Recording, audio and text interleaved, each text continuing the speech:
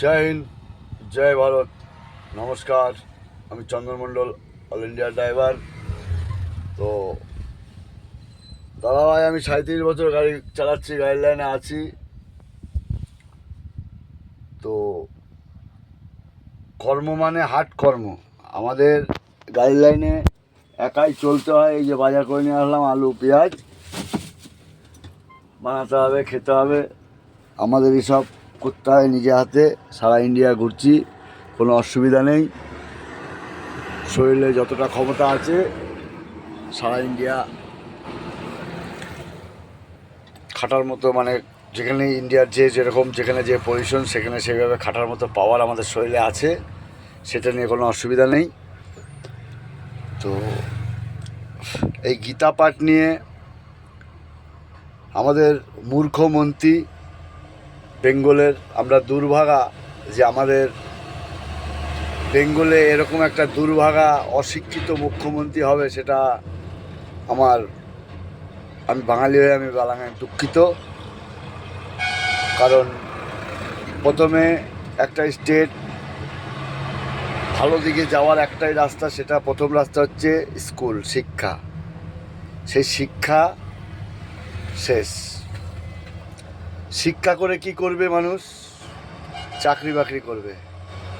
কলকারখানা নেই, government service নেই।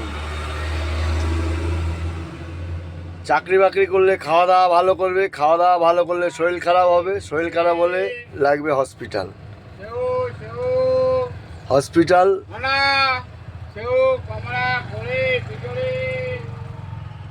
হসপিটাল সেটাও শেষ।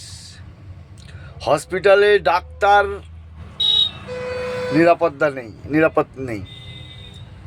আরজিকর কাণ্ড, আমাদের বোন অভয়া কাণ্ড। লাস্টে তার মাকে অবধি পুলিশ লাঠি মারল। পুলিশ মাস্টারদের লাথি মারছে। যেই পুলিশ মাস্টারদের কাছে পড়াশোনা করে গুরুজন ব্যক্তিকে লাথি মারছে। তো এইসব কালচার। গীতা পাঠ নিয়ে মুখ্যমন্ত্রী বলছে আমাদের যখন প্রয়োজন পড়ে তখন। গীতা পাঠ আবার প্রয়োজন পড়ে নাকি? গীতা পাঠ 24 ঘন্টা পড়া যায়। টাইম নিজের হাতে, কর্মফর্ম শেষের পরে যদি টাইম যখনই পাওয়া যায় তখনই গীতা পাঠ পড়া যায়। গীতা পাঠের কোনো টাইম নেই। আপনি নিরামিষ খেয়ে আপনি গীতা ধরতেই পারেন, মাছ মাংস খেয়ে তো গীতা পাশে যাওয়া যায় না। তো আমরা যখনই গীতা পড়ার কোনো টাইম টেবিল নেই, আপনি নিরামিষ ভোজি খেলে আপনি গীতা পাঠ করতে পারেন।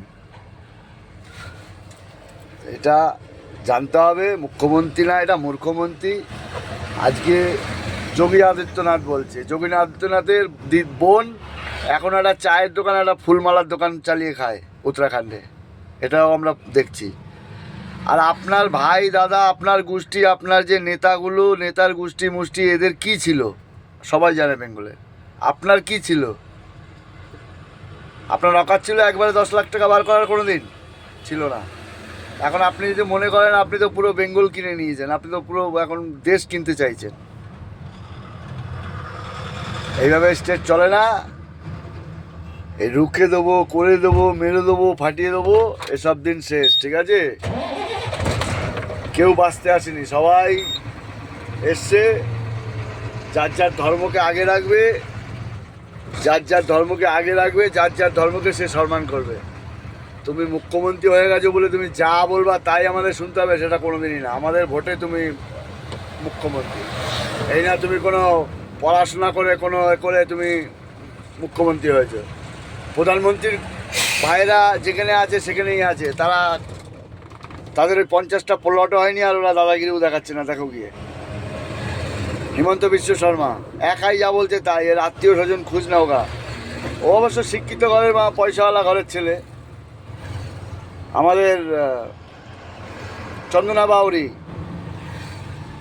দেখো। আর তোমার ভাইপো 10 কোটি টাকা দিয়ে চোখ অপারেশন করছে। আবার এখানে বাঙালির এখন এসআইয়ের মেসাইয়ের ঝামেলা চলছে। এখন খেলাখেলি হবে, কি হবে জানি না। ও পালিয়েছে মেয়েকে ডাক্তার দেখাতে আমেরিকা।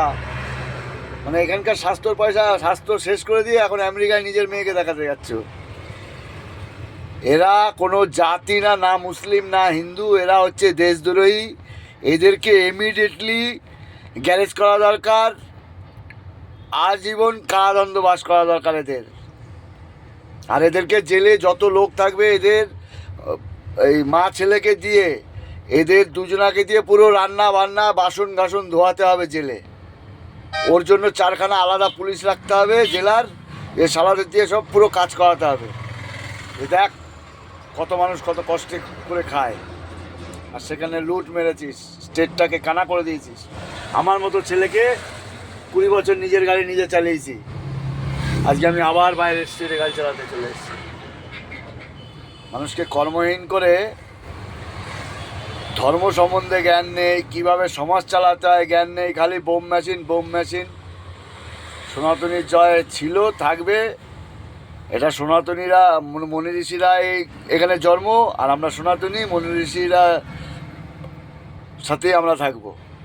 তোমাদের দরকার নেই। আমি ইন্ডিয়া গভর্নমেন্টকে বলবো যে তাহলে ইন্ডিয়া গভর্নমেন্টের সিআইডি পিআইডি সিবিআই রেখে লাভ কী? এত সেন্ট্রাল পোস্ট, এত এত আছে, তো এদের সম্পত্তি বাড়ছে কী করে? তৃণমূলের আজকে যারা বিড়ি খেতে পেতো না, আমার কাছে বিড়ি চেয়ে খেত। আমি মদ খাওয়ালে, আমি আসলে বাড়ি গেলে মদ খাই, মদ খাওয়াবো, সেই পয়সায় মদ খেবে। তারা আজকে নেতা, সোনার ব্রেসলেট আংটি গারমারি আসছে, চোর চুদা কমে। তো যাই হোক, এই মুখ্যমন্ত্রীরা একটা মূর্খমন্ত্রী, আমাদের বেঙ্গলকে হ্যান্ডিক্যাপ করার পুরো একদম 100 করে দিয়েছে। আর দরকার নেই। এবার আমরা আবার নতুন করে আমাদের সুন্দর বেঙ্গল, স্বামী বিবেকানন্দের বেঙ্গল, নেতাজি সুভাষ চন্দ্র বোসের বেঙ্গল, আমাদের গোপাল মুখার্জি, দীনেশ বাদল, বঙ্কিমচন্দ্র মুখোপাধ্যায়, যাই হোক টাইটেলটা ভুলে গেলাম, এদেরই বেঙ্গল, আমাদের বেঙ্গল। আমরাই এখানে মাথা উঁচু করে থাকবো, এখানে সনাতনীর জয় হবে, হচ্ছে।